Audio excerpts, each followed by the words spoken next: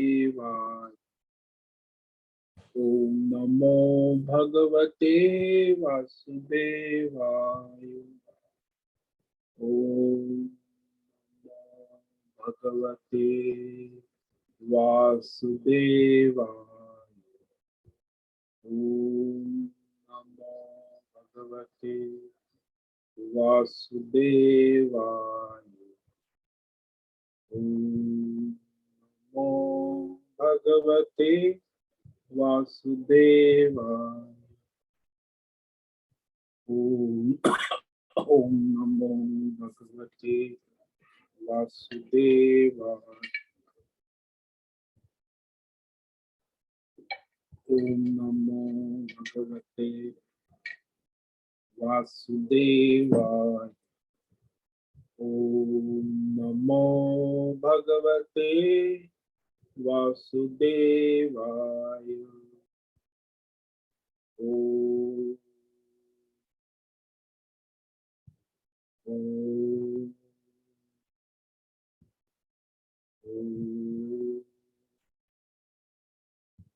ओम श्री परमात्मने नमो नमः। गणपतये नमो नमः। ओम सरस्वत्यै नमो नमः। ओम गुरुभ्यो नमो नमः। ओम सहनाववतु सहनौ भुनक्तु सह वीर्यं करवावहै तेजस्विनावधीतमस्तु मा विद्विषावहै। ओम शांति शांति शांति। सदाशिवसमारम्भां शंकराचार्यमध्यमाम् अस्मदाचार्यपर्यन्तां वन्दे गुरुपरम्परा। वन्दे गुरुपरम्परा।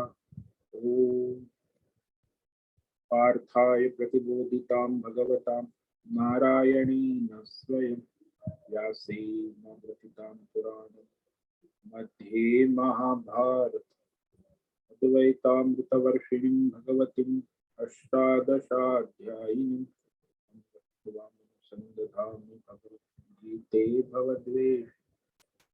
वसुदेवसुतं देवं कंसचाणूरमर्दनं देवकी परमानन्दं कृष्णं वन्दे जगद्गुरुं। नमस्ते परमं ब्रह्म सच्चिदानन्दरूपाय निर्गुणाय नमस्तुभ्यं ओंकाराय नमो नमः। सर्वे दुर्गाणि तरन्तु सर्वे भद्राणि पश्यन्तु सर्वे सद्बुद्धिमाप्नोतु सर्वे सर्वत्र नंदतु। ओम तत्सत। ओम ओम ओम।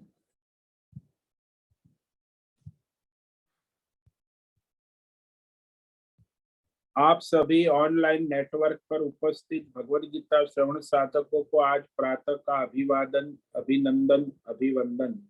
हरि ओम हरि ओम हरि ओम। हम सबको आज का यह दिव्य दिन तन मन धन जन देश काल विषय वस्तु परिस्थिति अवस्थाएं अध्यात्म भौतिक दैवी व्यष्टि समष्टि क्षेत्र सभी को अपने अपने पूर्व में अनंत जन्मों में किए हुए संचित पाप पुण्य धर्म अधर्म कर्मों के पके हुए फल स्वरूप में वर्तमान में आज अपने अपने प्रारब्ध अनुसार परमेश्वरीय अचिंत्य योग माया के माध्यम से प्रसाद स्वरूप में प्राप्त हुआ है। अतः आज का यह दिव्य दिन परमार्थ हेतु निष्काम सेवा यज्ञ देव यज्ञ ऋषि यज्ञ पितृ यज्ञ नृ यज्ञ भूत यज्ञ सात्विक दान शारीरिक वाचिक मानसिक तप निष्काम कर्म योग ध्यान योग भक्ति योग ज्ञान योग साधना स्वाध्याय वेद शास्त्रों का अध्ययन अध्यापन उपासना आराधना के लिए समर्पित करे और कराए। अत्यंत दुर्लभ मनुष्य जीवन को परमार्थ हेतु सार्थक करे और कराए। आज विक्रम संवत 2080 अधिक श्रावण मास चतुर्थी तिथि सुबह 9:25 तक और उसके बाद पंचमी लग जाती। आज है पूर्व फाल्गुनी नक्षत्र दोपहर को 1:56 उसके बाद उत्तर फाल्गुनी नक्षत्र लग जाता है। आज है शनिवार शनि देव हनुमान जी की आराधना की, उपासना। और यहाँ वर्षा ऋतु चल रही है, बादल छाए हुए हैं और इसका न्यूनतम तापमान 24 डिग्री और अधिकतम तापमान 36 डिग्री रहा। वायु की गति 5-10 किलोमीटर प्रति घंटा चल रही है। इसी सन 2023 22 जुलाई 22 जुलाई 2023 सुबह के 7 बजने वाले हैं। कलयुग का प्रथम चरण 5248वां वर्ष 7वां वैवस्वत मनवंतर श्वेत वराह कल ब्रह्मा जी का 26वां दिन और 51वां वर्ष चल रहा है।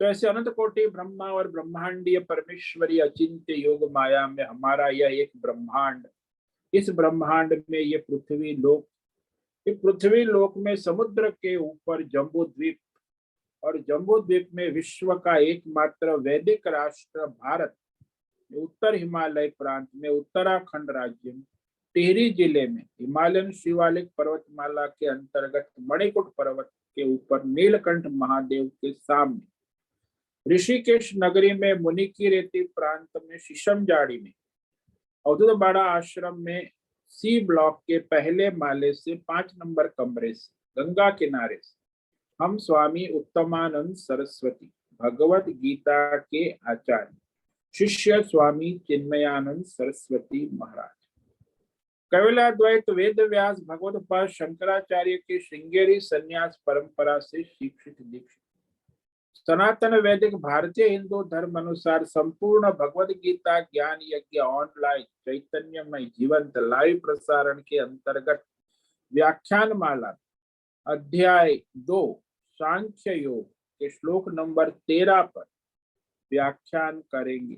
संस्कृत एवं हिंदी में दिव्य पवित्र सरल व्यावहारिक सटीक पूर्ण वर्ण अक्षर पद वाक्य पंक्ति श्लोक अध्यायों की संगति संधि अन्वय शब्दार्थ वाक्यार्थ भावार्थ रहस्यार्थ के यथार्थ तात्पर्य सहित वैदिक शास्त्र वेद व्यास साहित्य शंकर भाष्य एवं परंपरागत सन्यासी आचार्यों की टीका टिप्पणी सहित आज का यह व्याख्यान करेंगे। कृपया आप सभी श्रद्धा भक्ति ध्यान से परिपूर्ण होकर के यह दिव्य भगवद गीता श्रवण साधना करें, इसमें कुछ ग्रहण करे, धारण करे, अपने जीवन में चरितार्थ करे और उसमें निरंतरता लाए।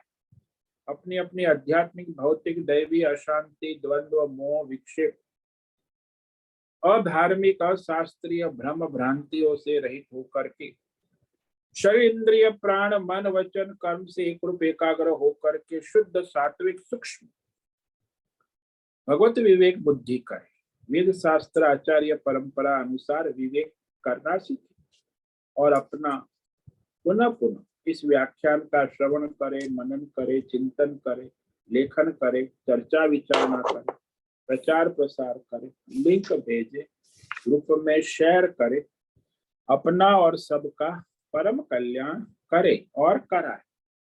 ओम तत्सत। ओम ओम ओम।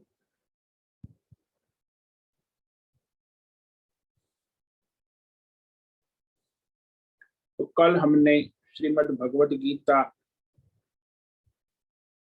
के श्लोक नंबर 13 पर व्याख्यान किया था। तो संसार में जो परमात्मा तत्व का अज्ञान है, मूल अज्ञान, ये मूल अज्ञान जब तक निवृत्त नहीं होता तब तक ये जीवात्मा के शोक और मोह की निवृत्ति नहीं हो सकती है। इसीलिए मूल रोग का निवारण कर रहे भगवान। तो यहाँ आत्मज्ञान, तो 2 विवेक है यहाँ, आत्मा अनात्मा विवेक करा रहे हैं 11 से लेके 30। उसके बाद धर्म अधर्म स्वधर्म कर्तव्य और परधर्म का विवेक कराएंगे, वो आगे 31 से लेके 40 तक 10 श्लोक में। तो सनातन धर्म के 2 मुख्य सिद्धांत है, धर्म अधर्म और आत्मा अनात्मा। तो ज्यादा जोर हमारे सनातन धर्म में स्वधर्म पर दिया गया है। ब्राह्मण क्षत्रिय वैश्य, अर्जुन क्षत्रिय है, वो अपने स्वधर्म से वंचित हो रहा है, तो स्वधर्म कर्तव्य का पालन भगवान उसे प्रेरित करेंगे और आत्मज्ञान भी दे रहे हैं ताकि उसकी बुद्धि में विवेक हो। आत्मा नित्य है, तो इसे यहाँ स्पष्ट करते हैं कि आत्मा की नित्यता कैसी। देहिनोऽस्मिन् यथा देहे कौमारं यौवनं जरा तथा देहांतर प्राप्ति धीरस्तत्र न मुह्यते। जैसे मनुष्य के शरीर में देखा जाता है, भौतिक शरीर जो है पंच महाभूतात्मक, इसमें बाल्य अवस्था, यौवन, वृद्धावस्था आने जाने वाले वो आती है। एक अवस्था आई, बाल्य अवस्था गई तो यौवन आ गया, यौवन गया तो वृद्धावस्था आ गई। तो ये आने जाने वाले भौतिक देह वाले शरीर में जो आत्मा है, आत्मा का कोई परिवर्तन नहीं होता, कोई नाश नहीं होता, कोई विकार नहीं। और इस भौतिक शरीर का प्रारब्ध जब समाप्त हो जाता है तो इसका शरीर का त्याग करके वो सूक्ष्म शरीर के द्वारा अपनी कामना, वासना और कर्म के अनुसार दूसरा शरीर धारण करता है, देहांतर प्राप्त। तो इस प्रकार वह जीवात्मा अज्ञान से जन्म जन्मांतर में घूमते रहते। तो उसी में जो उसकी जो आत्मा है निर्विकार रहती है। भौतिक शरीर के छूटने के प्रसंग में जो विवेकी है वो मोहित नहीं होता, शोकग्रस्त नहीं होता, तो मोह शोक से मुक्त हो जाता है। जो विवेकी है, बुद्धिमान, तो उसे धीर कहा। अब ये जो धीर है, धैर्यवान है, वो कौन होगा? तो संसार में भगवान कहते हैं कि यहाँ जब मनुष्य के नाम रूप कर्म गुण बदलते रहते, उपाधि वाला है ना, लेकिन उसमें चैतन्य आत्मा तो एक ही रहता है। बचपन का शरीर, जवानी का शरीर बदलने पर आत्मा बदलता नहीं, और मृत्यु के बाद फिर दूसरा शरीर अपने कर्म वासना के अनुसार मिलते हैं, तब भी आत्मा वही रहता है। आत्मा में कोई परिवर्तन, विकार नहीं होता। भौतिक शरीर जो है नाम रूप गुण कर्म के अनुसार बदलते रहते, लेकिन आत्मा नहीं बदलता। इसलिए कहा कि अनंत शरीरों में रहने पर 84 लाख योनियों में जाकर आया है, अभी है, आगे भी अनंत शरीरों में जाएगा, तो भी वह आत्मा एक ही रहेगा। तो जीवात्मा की उपाधि भेद से उसमें अनेक नाम रूप कर्म और गुण भिन्न भिन्न है, लेकिन आत्मा रूप से एकत्व है। भगवान ने संकेत दिया कि अनंत शरीरों का अभिमान रहते हुए भी आत्मा में कोई विकार नहीं है, कोई भेद नहीं है। तो देही न, इसको आत्मा कहा, देही न। देहांतर प्राप्ति, चाहे जितना शरीर बदल ले, 84 लाख योनि तो बदल के आया है, और अभी भी आगे अपने कर्म वासना के अनुसार मृत्यु के बाद नए नए शरीर प्राप्त करेगा, सात्विक राजसी तामसी।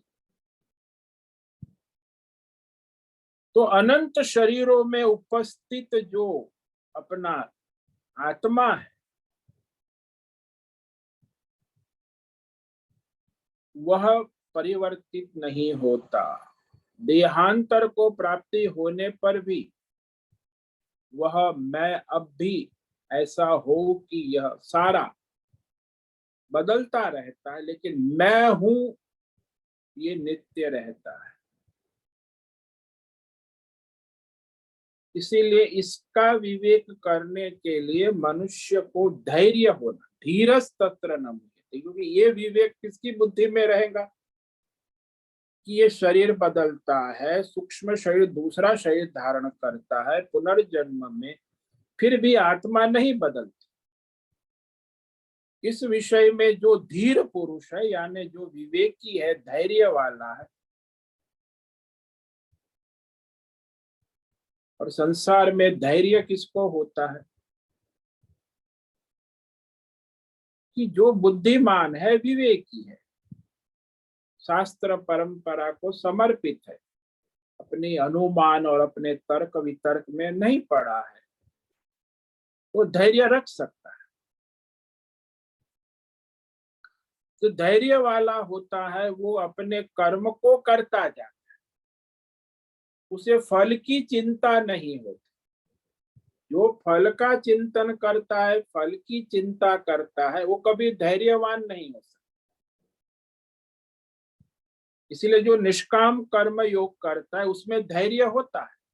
जो कामना वाला है वो फल चाहता है, इसीलिए धैर्य को बड़ा प्रधान साधन बताया है। वैसे सनातन धर्म में धर्म के 3 प्रधान साधन है: सत्य, अहिंसा और धैर्य।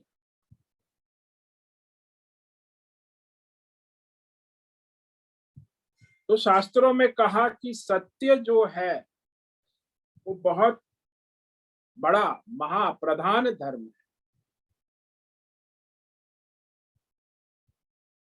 वो कैसे भाई? बोले एक तराजू ले लो, तराजू लेकर एक तरफ संसार के सारे धर्म, हिंदू, मुस्लिम, सिख, ईसाई, जैन, बौद्ध, यहूदी, जितने भी धर्म है, सारे धर्म को ले लो और दूसरी तरफ केवल एक सत्य को रखो, तो सत्य का पलड़ा भारी होगा। यानी सभी धर्मों का आधार, केंद्र बिंदु सत्य है। सत्यम वद धर्मम चर, सत्य ही धर्म है, धर्म ही सत्य है, सारे धर्मों का सार। और हम सनातन धर्म में अहिंसा परम धर्म भी कहा। अहिंसा की प्रधानता इसलिए सबसे पहले अहिंसा को गिना है क्योंकि वह भी प्रकृति और सृष्टि का पालन पोषण करने वाला है। हिंसा जो है वो नाश करने, नाशक है, अहिंसा पालक है। तो मत मतांतरों में दुनिया के सभी मुख्य सारे धर्मों का केंद्र 3 ही है: सत्य, अहिंसा और धैर्य। धीर शब्द यहाँ भगवान ने कहा, धैर्य प्रधान है।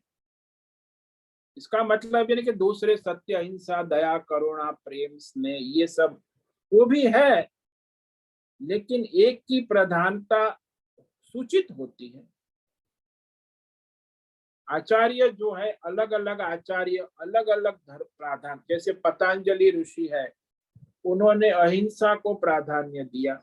हमारे वैदिक ऋषियां है, उन्होंने सत्य को प्राधान्य दिया।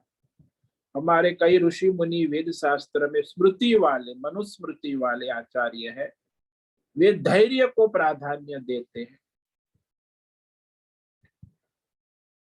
तो इसका मतलब ये नहीं कि दूसरा सत्य, अहिंसा, करुणा, दया वो धर्म नहीं, वो भी है, लेकिन इसमें प्राधान्य देखना आवश्यक। तो सभी आचार्य है, वैदिक आचार्य है, ऋषि मुनि है, अपनी अपनी दिव्य दृष्टि होती है, लेकिन ये धैर्य जो है ना, ये व्यावहारिक है। व्यवहार में देखा जाए तो मनुष्य धैर्य रखता है ना, वो बहुत कुछ कर सकता है। लेकिन जो मनुष्य धैर्य नहीं रखता, झूठ बोलता है, उसे फल जल्दी चाहिए, उसके लिए धैर्य रखना कठिन। न सत्य बोल पाएंगे, न अहिंसा कर पाएंगे। धैर्य नहीं है तो फिर धर्म को धारण नहीं कर पाए। इसलिए भगवान ने यहाँ कहा, तत्र धीर न मुह्यति। धीर, जो धैर्य वाला है, वो मोहित भी नहीं हो सकता। वह जानता है कि ये जन्म मरण पुनर्जन्म, ये सारा परिवर्तन होता रहता है। बाल्य अवस्था, युवा अवस्था, वृद्धा अवस्था, मृत्यु, पुनर्जन्म, अन्य शरीर की प्राप्ति, तो ये सामान्य है। ये चेष्टाएं होती रहती, अधीरता की जरूरत नहीं। तो धैर्य कैसे आता है मनुष्य के जीवन? तो शास्त्रों में कहा है, धी माने बुद्धि, र माने रमण कर, बुद्धि पूर्वक शास्त्र परंपरा अनुसार विवेक विचार करता है, उसी में धैर्य हो। यानी जो धर्मात्मा है, सत्संग करता है, शास्त्र पढ़ा लिखा है, विद्वान है, विवेक विचार करने में कुशल है, शास्त्र के अनुसार बुद्धि पूर्वक विवेक विचार करते हैं, उसी में धैर्य आता है। जो मूर्ख है, अनपढ़ है, गंवार है, उसमें धैर्य नहीं हो। जिसको मरकट वृत्ति है, जो बंदर है, बंदर को धैर्य कहाँ होगा? वो बंदर तो बंदर है। और जिसका मन चंचल है, विक्षिप्त है, कामना से ग्रस्त, उसमें धैर्य नहीं आता।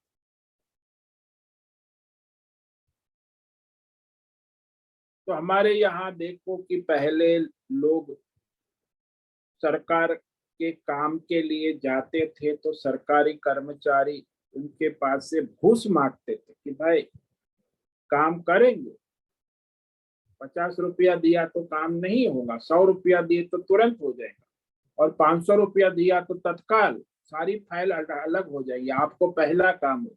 तो फाइल का ढेर पड़ा है, लेकिन भाई आप जितना घूस दोगे उतना जल्दी आपका काम हो जाएगा। अब ये नियम लोगों ने किया, अपने काम के लिए, अपने प्रजा ने किया, वो अफसर ने नहीं किया। लोग अफसर को कहते कि वो अफसर जो है ये सब भ्रष्ट हो गए। अफसर को भ्रष्ट करने वाली प्रजा है। वो अपने स्वार्थ के लिए वो उन्होंने उसे भ्रष्टाचार में लगाया। फिर वो कहने लगे कि अरे अब क्या, पहले तो सरकार तनख्वाह देती है, लेकिन वो तो केवल कुर्सी पे बैठने की देती, बाकी आगे जो सेवा शुल्क है, आपका काम जिसको जितना जल्दी कराना है उतना सेवा शुल्क लगता है। तो यहाँ प्रजा को धैर्य नहीं है ना, इसीलिए सरकार के दफ्तरों में, अफसरों में भ्रष्टाचार, दुर्व्यवस्था देखी जाती है। आज पहले भी थी, राजा महाराज के जमाने में भी घूस चलती थी, आज भी चलती और आगे भी चलती रहेगी। तो गलत परंपरा किसके कारण हुई? यही प्रजा स्वयं अपना कार्य, धैर्य नहीं है कि मेरा काम हो जाए, अपने सरकार में काम हो रहा है। तो उस समय भी धैर्य नहीं था, अभी भी धैर्य नहीं है, तो भ्रष्टाचार फैलता है। तो ये भ्रष्टाचार का मूल कारण हुआ। धैर्य तभी होता है जब बुद्धि पूर्वक विवेक विचार करते हो कि जल्दबाजी से व्यष्टि समष्टि में नुकसान है, उसे उठाना पड़ेगा, व्यष्टि समष्टि दोनों को। जितने कर्म है उसका फल हमको भोगना पड़ेगा, समष्टि भी हमारे साथ जुड़ी है, उसे भी भोगना पड़ेगा। तो व्यष्टि समष्टि को सारे, इसलिए तो आज देश में देखो कोई देश में परेशानी है, क्योंकि व्यष्टि स्तर पे व्यष्टि कर्म और समष्टि कर्म का फल राष्ट्र को भोगना है, व्यष्टि कर्म का फल व्यष्टि को, व्यक्ति को भोगना। अब जैसा कर्म करोगे वैसा फल देगा।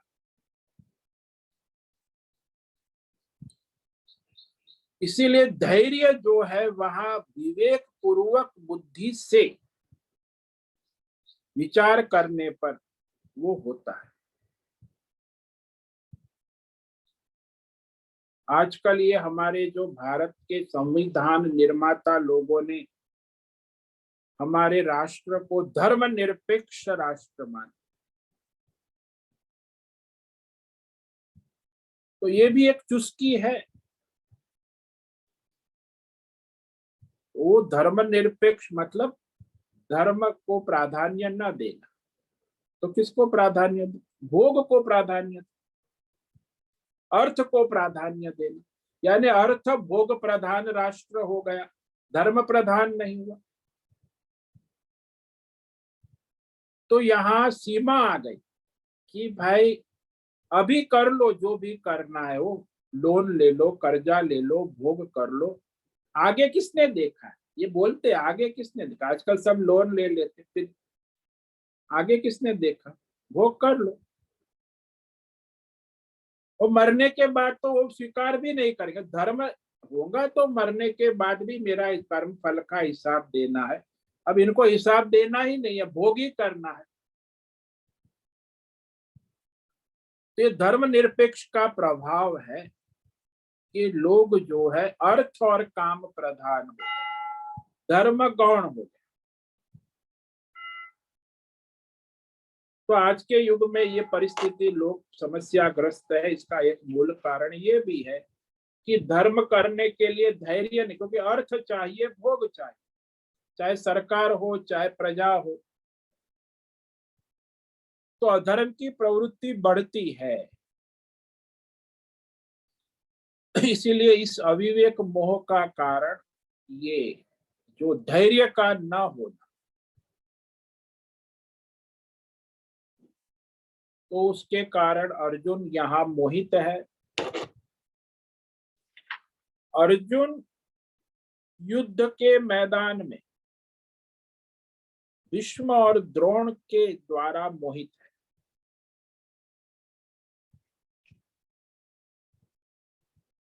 क्यों? क्योंकि भीष्म द्रोण रहेंगे, ये समझ लेगा कि भाई ये इनका स्थूल शरीर तो, भौतिक शरीर तो नष्ट होगा युद्ध के मैदान, सूक्ष्म शरीर तो उनका अपने कर्मों के अनुसार दूसरा देह प्राप्त करेगा। धर्मात्मा है तो उसकी सदगति होगी, और उनकी आत्मा में तो कोई परिवर्तन होने वाला नहीं। तो मूल अज्ञान की निवृत्ति करने की आवश्यकता है कि भाई इनकी आत्मा नित्य है। मूल अज्ञान की निवृत्ति मनुष्य को आवश्यक, तो उसे भगवान यहाँ दूर कर रहे हैं। आत्मा रूप से अर्जुन ये भीष्म द्रोण का शरीर तो नष्ट हो जाएगा, लेकिन आत्मा रूप से नित्य है। तो अर्जुन जब युद्ध के मैदान में पहुंचा था, तो वो पहले महाभारत युद्ध की तैयारी से उसे लगा कि केवल बाहर का युद्ध करना है, भौतिक युद्ध। लेकिन जब वो स्वजनों को देखकर उसके अंदर आध्यात्मिक युद्ध, भीतर धर्म अधर्म का युद्ध खड़ा हो गया, तो दोनों प्रकार के युद्ध के मैदान के बीच में खड़ा है। उसके भीतर भी धर्म युद्ध चल रहा है, धर्म अधर्म का, और बाहर भी कौरव पांडव सेना के युद्ध भी खड़ा है बीच में। तो डबल युद्ध है ना, अंदर का और बाहर का। इसीलिए अर्जुन जो है उसका शोक अधिक बढ़ा हुआ है। वो भगवान को समर्पण कर भगवान से मार्गदर्शन की प्रार्थना भी कर रहा है। तो जो उसके भीतर जो युद्ध हो रहा है, अंदर के युद्ध का मूल कारण है आत्मा अनात्मा का अविवेक, और बाहर के युद्ध के शोक का कारण है धर्म अधर्म का विवेक। तो अर्जुन को डबल शोक है। बाहर जो कौरव पांडव सेना खड़ी है, वहां धर्म अधर्म का भी अविवेक हो रहा है, और भीतर उसकी आत्मा अनात्मा का अविवेक,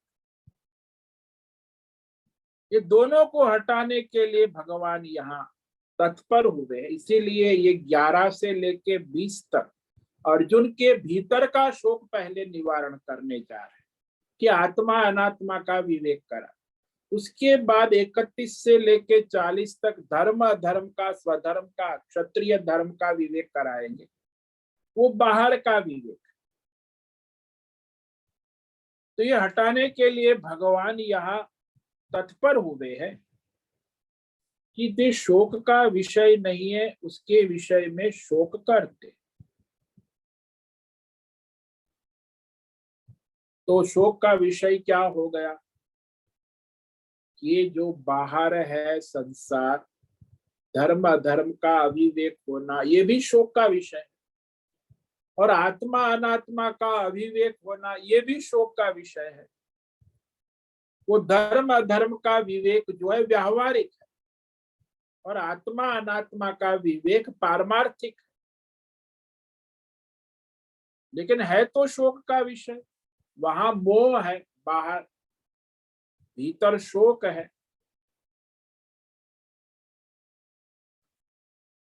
इसीलिए यहाँ भगवान आत्मा की नित्यता बताने के लिए मैं का प्रयोग करते।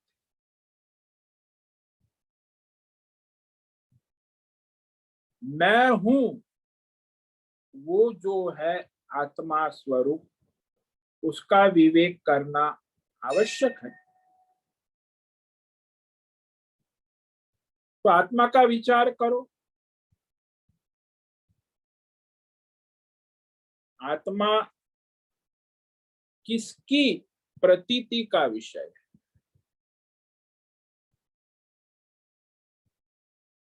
क्योंकि मैं हूं इस प्रतीति का विषय, मैं हूं उसमें हूं इस विशेष आवश्यक, वही आत्मा है। तो मैं क्या है? मैं ये प्रकृति है, 27 तत्व है। मैं ईश्वर है, जो माया है। तो 3 तत्व हो गए ना, एक जीव हुआ, एक प्रकृति माया हुई, और एक परमात्मा हुआ। अब तीनों की खिचड़ी हो गई है।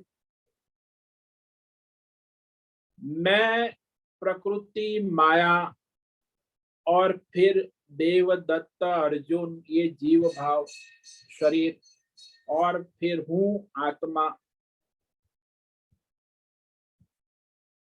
तो तीनों की खिचड़ी हो गई। अब प्रकृति प्रकृति के स्थान में है। मैं जिसको हम कहते, वो 27 तत्वों की प्रकृति है। वो समष्टि प्रकृति जो 27 तत्व है, अविद्या, कामना, कर्म, पंच महाभूत, 5 ज्ञानेन्द्रिय, 5 कर्मेंद्रिय, पंच, ये पूरा मिलकर मैं बनता है। 27 तत्वों का, प्रकृति का, माया का मैं, वो मैं उसी के साथ जुड़ा हूं। तो सब मैं कहेंगे।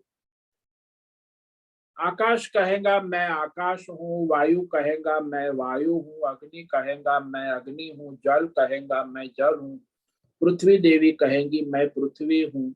सब मैं हूँ कहेंगे। इंद्रिया कहेंगी मैं आंख हूँ, मैं कान हूँ, मैं नाक हूँ, मैं जीवन। पैर कहेगा मैं पैर हूँ। सब मैं कहेंगे, क्योंकि सब 27 तत्व प्रकृति के है ना। तो ये 27 तत्व जो है वो मैं से प्रमाणित होता है। और उसमें जो देवदत्त है, अर्जुन है, वो अर्जुन जो है देवदत्त, अपने को वो भौतिक पंच महाभूतात्मक शरीर है। तो मैं जो है वो सूक्ष्म शरीर है, और देवदत्त अर्जुन है वो स्थूल भौतिक शरीर, और हूं है वो आत्मा है। तो सूक्ष्म शरीर में जो सबसे सूक्ष्म है वो मैं, अहंकार जिसको कहते।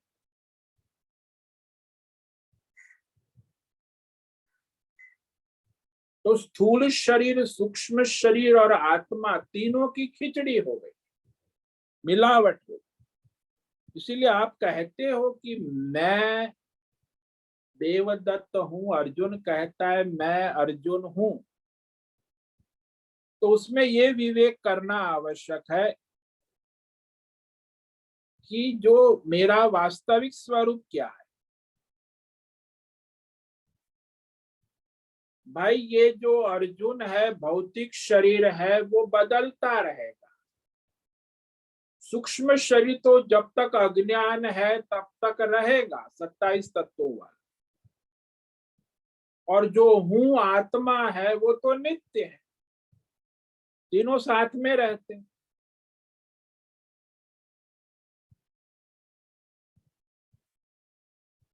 तो मैं हूं नाम सबका एक ही है, चैतन्य स्वरूप सबका एक, आत्मा सब में एक ही है, दो नहीं।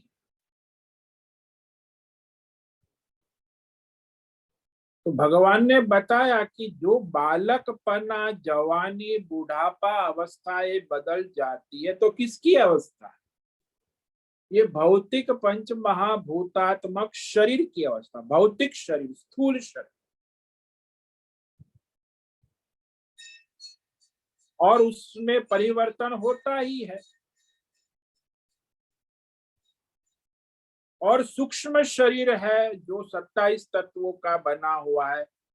देहांतर प्राप्ति कहा कि इस शरीर को छोड़कर भौतिक शरीर, वह जीवात्मा दूसरे शरीर को धारण करता है 27 तत्वों वाला। तो सूक्ष्म शरीर जो है वो भी शरीर बदलता रहता है, भौतिक शरीर बदलता है, सूक्ष्म शरीर तो वही रहेगा। अपने कर्मों के अनुसार सात्विक, राजसी, तामसी, भौतिक शरीर, मानो कि तामसी प्रकृति वाला है तो तामसी शरीर, राजसी प्रकृति वाला सूक्ष्म शरीर हो गया है तो राजसी शरीर, सात्विक प्रकृति वाला है तो सात्विक शरीर उसे मिलता है। जैसे ब्राह्मण है, क्षत्रिय है, वैश्य है, शूद्र। ब्राह्मण है वो सात्विक प्रकृति वाला है, वैश्य है वो राजसी प्रकृति वाला है, क्षत्रिय है वो राजसी प्रकृति वाला, और क्षुद्र है वो तामसी प्रकृति वाला। तो उसके कर्म के अनुसार उसे शरीर मिलता है। तो भाई देवदत्त है, कृष्ण दत्त है, यज्ञ दत्त है, तीन अलग अलग है। देवदत्त सात्विक प्रकृति वाला है, कृष्ण दत्त राजसी प्रकृति वाला है, और यज्ञ दत्त है वो तामसी प्रकृति वाला। क्यों भाई? क्योंकि उसके कर्म वैसे हैं, सूक्ष्म शरीर, वासनाएं का। इसीलिए देहांतर प्राप्ति से भगवान ने कह दिया कि अगले जन्म में देहों की प्राप्ति में भी वह उसकी आत्मा नहीं बदलेगी, सूक्ष्म शरीर भी नहीं बदलेगा, क्योंकि उसकी प्रकृति है उसी अनुसार, केवल भौतिक देह बदलेगा। आत्मा एक है, सूक्ष्म शरीर भी 27 तत्वों का है। तो ये विवेक करना आवश्यक। तो यहाँ इस श्लोक में भगवान स्थूल शरीर और सूक्ष्म शरीर के परिवर्तन से आत्मा में कोई परिवर्तन नहीं होता, ये कहने जा रहे।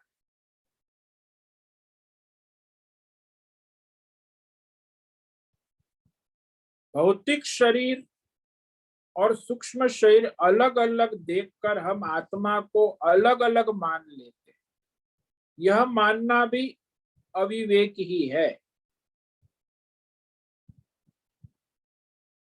तो सभी स्थूल शरीर और सूक्ष्म शरीर में रहने वाला, शरीर को प्रकाशित करने वाला, शरीर का साक्षी, स्थूल सूक्ष्म दोनों शरीरों का, उसके विषय में जो आत्मा को जानता है, आत्मज्ञानी है, इस दोनों शरीरों का शोक नहीं करता, न मोहित, मोहित नहीं, वो नहीं करता। क्यों? क्योंकि वो अपने आत्मा की नित्यता को समझ में आ जाया कि भाई मैं आत्मा, लेकिन ये मैं आत्मा हूं ऐसा विवेक दृढ़ हो गया है, उसी का शोक मोह निवृत्त हो जाता है। लेकिन जिसमें विवेक नहीं है, कि कई जो द्वैतवादी लोग हैं आत्मा को नित्य मानने को तैयार हो जाते हैं, लेकिन शरीर के मरने पर आत्मा नहीं मरता, बना रहता है, जन्मांतर में भी बना रहता है, यहां तक मानने वाले लोग मिल जाते। परंतु सब शरीर में एक आत्मा है, इस प्रकार आत्मा की सर्वव्यापकता ये स्वीकार नहीं करते।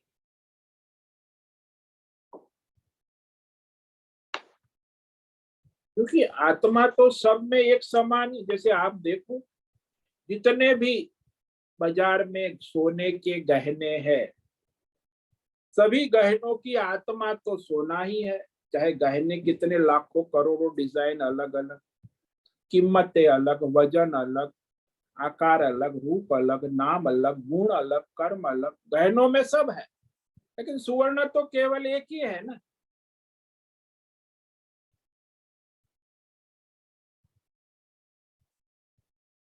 तो वहां सब में एकत्व का स्वीकार आसानी से नहीं किया जा सकता।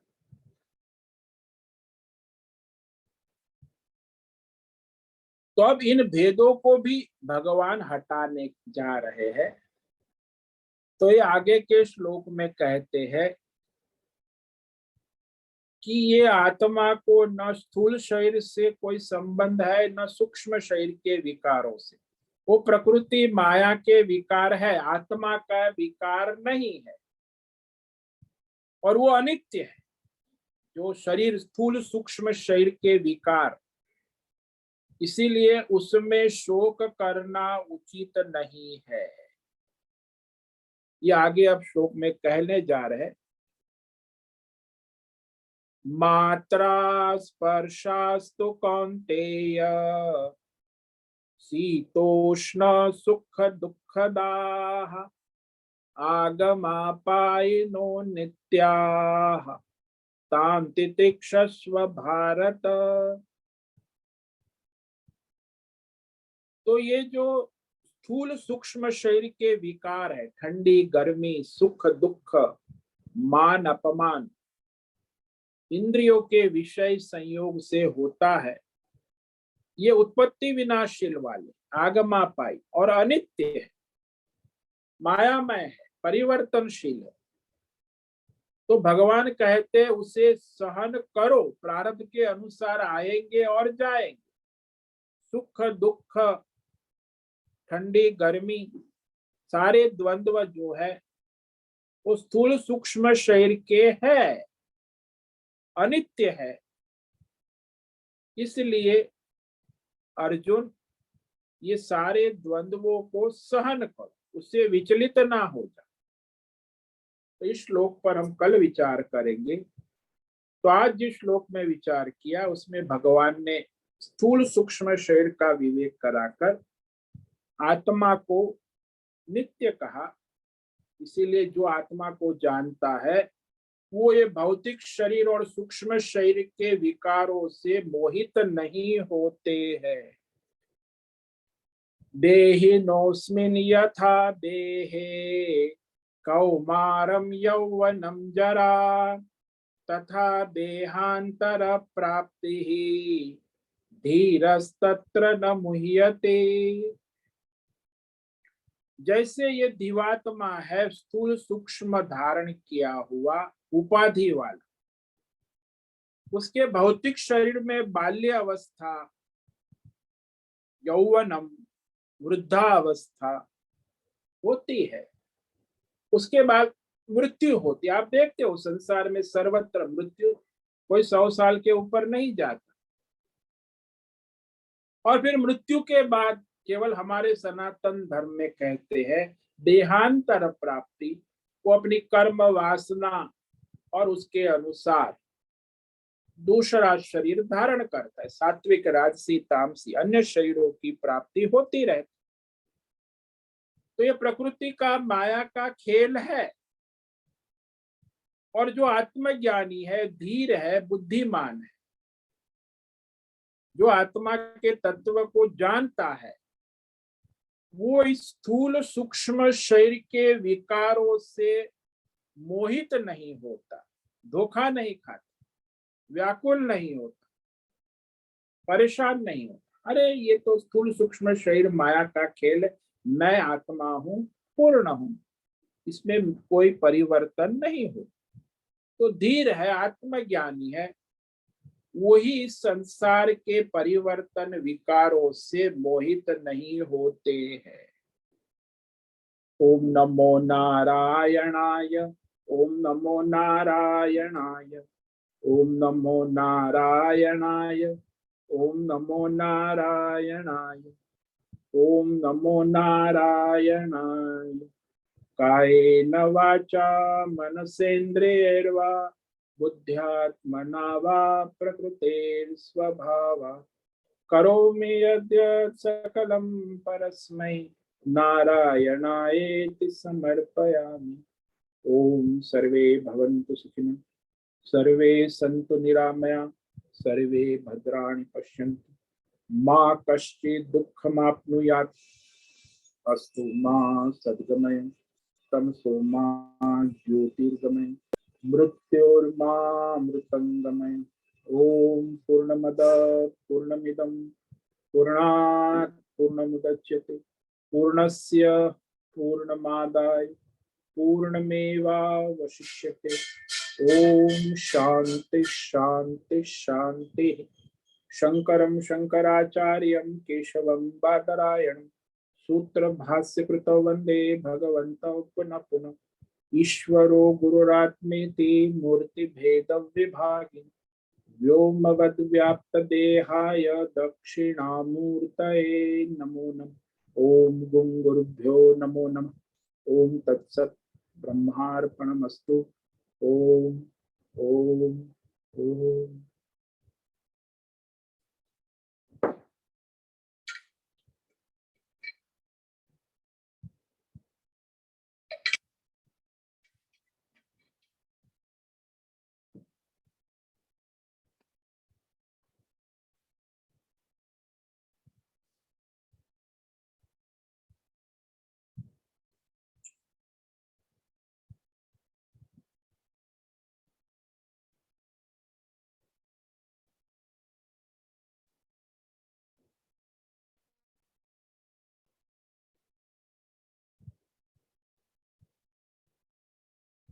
प्रश्नोत्तरी का समय है। किसी भी साधक को कोई प्रश्न है, प्रश्न कर सकते।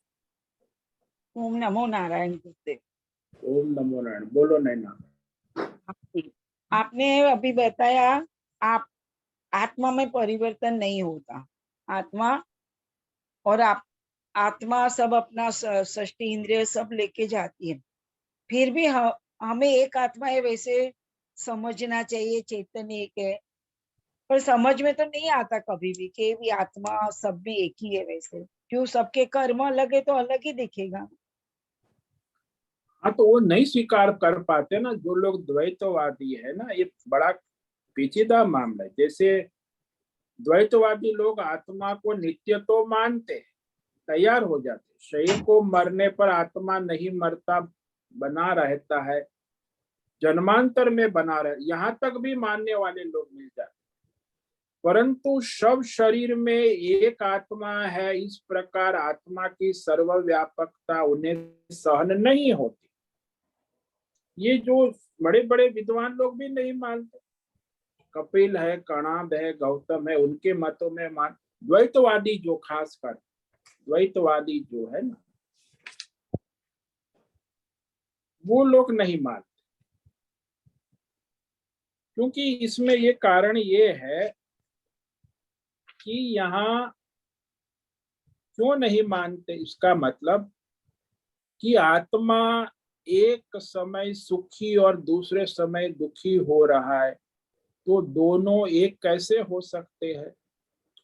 एक बद्ध है, एक मुक्त है, एक स्वर्ग में जा रहा है, एक नरक में जा रहा है।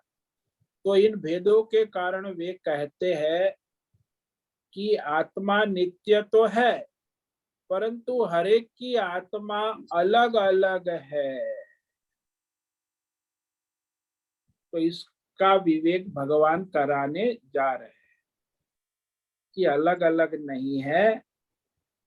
ये भले आप देखो, ये सारे जो भेद है वो अनित्य है और उसमें परिवर्तन होता रहता है।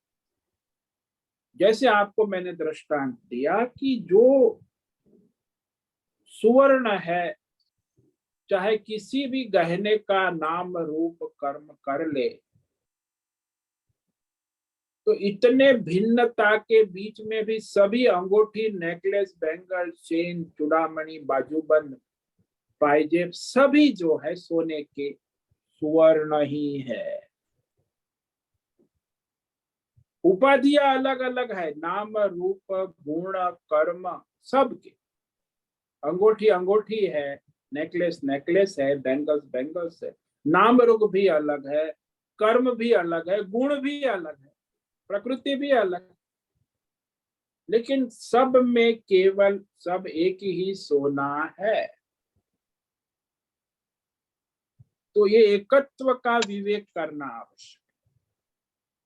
स्थूल सूक्ष्म शरीर प्रकृति सारा जो है, वो सूक्ष्म शरीर तो समझ में नहीं आएगा। कई 99% लोग सूक्ष्म शरीर शब्द भी नहीं सुना होगा जीवन में। वो तो भौतिक शरीर में ही जीने मरने वाले हैं। 1% जो लोग सत्संग करते हैं उनको सूक्ष्म शरीर का 27 तत्वों का विवेक करना, कि वो भी प्रकृति माया, भगवान की माया है, प्रकृति है, उसमें भी विकार है, परिवर्तन है, वो भी अनित्य है। तो परमात्मा ही नित्य है। जैसे मैं कहूं कि जादूगर है, वो नित्य है स्टेज के ऊपर, उसकी ये जागृतगरी, ये प्रकृति माया जादूगरी है, और उससे ये भौतिक खेल होते रहते संसार के। तो यहाँ खेल हो रहा है, उसमें जादूगरी में जादूगर एक ही है। जादूगर दो कभी नहीं हो सकते। दो जादूगर हो तो जादूगरी हो नहीं सकती। जादूगर केवल एक ही होता है। हाँ, जादूगरी अलग अलग प्रकार की हो सकती और खेल भी अलग अलग प्रकार के, लेकिन जादूगर तो एक ही रहेगा, केवल एक ही है। ऐसे परमात्मा एक है, उनकी ये जादूगरी माया, 27 तत्वों वाला सूक्ष्म शरीर और ये भौतिक पंच महाभूतात्मक शरीर, ये बदलते रहेंगे। तो उसमें आत्मा में कोई विकार परिवर्तन नहीं होता। जादू के खेल चाहे कितने भी बदले जादूगरी, लेकिन जादूगर में कोई विकार परिवर्तन नहीं होता। जादूगर केवल एक रहता है। ऐसे ही परमात्मा केवल एक ही है, सबको प्रकाशित करने वाला। माया, वो माया भी उसकी परछाई है, और उसकी केवल परछाई समझो, उसी के आधार पर चलती है। और वो माया भी 27 तत्व जो है, उसको भी उसी के आधार पर चलना है। और ये भौतिक शरीर है, वो भी उसी के आधार पर चलना है। कोई अपने आप चल नहीं सकते। यानी बिना जादूगर के कोई जादूगरी हो नहीं सकती, कोई जादू का खेल नहीं हो सकता। इसलिए बिना परमात्मा के न कोई सूक्ष्म शरीर हो सकता है, न भौतिक शरीर हो सकता, और उसका संसार हो सकता है। ये संसार जो है केवल स्थूल और सूक्ष्म भौतिक शरीर और सूक्ष्म शरीर का मायामय खेल है। उसमें तो सब आता रहेगा, जाता रहेगा। वो आगे कहेंगे कि ठंडी गर्मी सुख दुख ये तो सब माया प्रकृति का है, आत्मा में कुछ नहीं है, ये तो अनित्य है।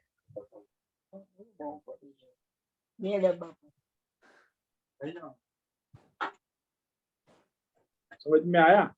हाँ, समझ में आया, पर उसका मतलब ये हुआ गुरुजी कि हमारे साथ जो हो रहा है आजू बाजू में सब जगह पे या अनुभव में कुछ भी हो रहा है, वो अपने कर्म से हिसाब के देख के जाओ तो धीरे धीरे हम पूरा संगत कर सकते हैं परमात्मा के साथ। हाँ, तो वो तो आपका जो हो रहा है आसपास, जो उसमें आपको विवेक करना है कि ये जो है कर्म के अनुसार सारे जो है अपने प्रकृति के अनुसार स्वभाव के अनुसार आपके भीतर बार जो हो रहा है वो ये 27 तत्वों का खेल है। और आप आत्मा हो, आप उसके साक्षी दृष्टा हो, तो वो आप असंग हो, नित्य हो, ये अनित्य है। नहीं, तो अपने ये साथ विवेक होता है वो तो प्रकृति हुई ना, प्रकृति वो भी पाछा आत्मा हुआ। अब प्रकृति जो है वो अपना कार्य करती है, त्रिगुणात्मक है, 27 तत्व की है। तो ये जो संसार में आप देख रहे हो कि कोई बंधन में है, कोई मुक्त है, कोई स्वर्ग में जा रहा है, कोई नरक, ये भेद तो रहेगा। आत्मा तो नित्य है, परंतु हर एक का अलग अलग जो कर्म है, प्रकृति है, स्वभाव है, इन भेदों को विवेक पूर्वक समझना चाहिए कि ये भेद जो है वास्तविक नहीं है, आभास है, कल्पना है, भ्रम है। उसको आपने सत्य मान लिया ना, जो मिथ्या है उसको सत्य मान लिया, तभी शोक होता है। जैसे आप बच्चों की खिलौने की नोट है, वो बच्चे ने फाड़ दी, खेलने वाली नोट, तो आपको शोक होगा? 500 रुपए की नोट फाड़ दी उसने, अरे वो खिलौना है, उसकी कोई कीमत एक। लेकिन हकीकत में आपने उसको सत्य वास्तविक नोट जो 500 की है वो यदि बच्चे ने फाड़ दी तो आप गुस्से हो, अरे 500 रुपए की नोट फाड़ दी, अब ये कचरे के डब्बे में जाएगा, इसका कोई उपयोग नहीं है। तो सत्यत्व बुद्धि है। नोट तो दोनों नोट ही है, छपी हुई है, 500 की ही नोट है। जो नकली नोट है उसमें आपकी असत बुद्धि है, तो उसके फटने से आपको शोक नहीं होता है। जो असली नोट है उसमें आपकी सत्यत्व बुद्धि है, उसके फटने से आपको शोक होता है। तो शोक कैसे हुआ? सत्यत्व बुद्धि से हुआ कि मिथ्यात्व बुद्धि से हुआ? मिथ्या बुद्धि से। मिथ्या बुद्धि से शोक कैसे हो सकता है? उस नोट में मोह रखा कि ये गलत है और ये सही है, वो भेद हुआ इसलिए दुख हुआ। अगर दोनों को कागज समझते तो नहीं। हाँ, तो आप कागज समझो, सत्यत्व बुद्धि आपकी किस में है? कागज में है कि नोट में है? नोट में है।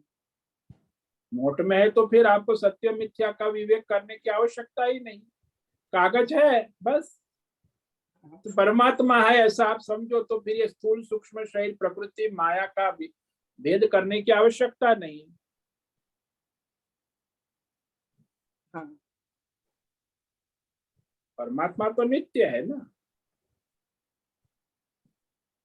तो उस परमात्मा तत्व को जो जानता है वो ही मनुष्य मोहित नहीं होता है, क्योंकि इसमें तो भगवान ने स्पष्ट कह दिया इस श्लोक में कि ये भौतिक शरीर और सूक्ष्म शरीर तो परिवर्तनशील है, वो चलता रहेगा। उस विषय में उसकी जो सारे विकार है उस विषय में जो आत्मज्ञानी है वो मोहित नहीं होता। केवल आत्मज्ञानी ही नहीं होता, अज्ञानी तो होगा क्योंकि उसने उसको सत्य माना है, अपना माना है।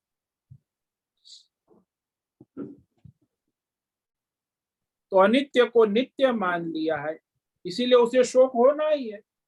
जो असत्य उसको सत्य मान लिया तो शोक होना है।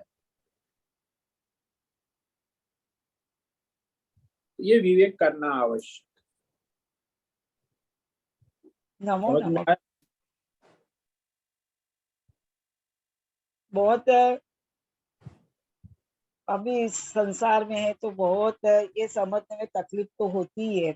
ये सब में एक ही आत्मा है, सब में आप कहते हैं तभी लगता है सुवर्ण सब में है, पर देखने जाते हैं तो फिर से उपाधि में आ ही जाते। तो आपके संस्कार है ना अनंत जन्मों के, वो सब द्वंद्व संस्कार जो है, इसीलिए वो अंतःकरण शुद्धि होना आवश्यक है कि जिसमें विवेक, वैराग्य, संयम शुद्धि हो तो वह अंतकरण में फिर वह विवेक ज्ञान टिकता है। अब ये सत्संग में थोड़ा आ जाता है, फिर आप वही अपने द्वंद्व में चले जाते हैं। तो द्वंद्वमय जीवन होने से द्वंद्व ही दिखता है ना। एकत्व का अभ्यास करोगे तो एकत्व दिखेगा। तो ऐसा है, तो धीरे धीरे अभ्यास करने से द्वंद्व मिटता है, एकत्व का अभ्यास करने से फिर एकत्व में दृढ़ता आ जाती।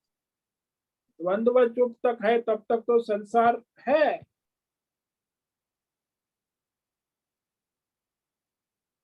धन्यवाद गुरुदेव। ओम नमो नारायण। ओम नमो नारायण। ठीक है, आज का समय पूरा हो रहा है। सभी साधकों को आज का ओम नमो नारायण। सबको ओम नमो नारायण। ओम नमो नारायण स्वामी जी। ओम नमो नारायणाय। ओम नमो मुझसे नारायण। निवेदन है का सत्संग पूर्ण करे। ओम नमो नारायण। आज का यह दिव्य सत्संग हम यही पूर्ण करते हैं। सभी साधकों को ओम नमो नारायण।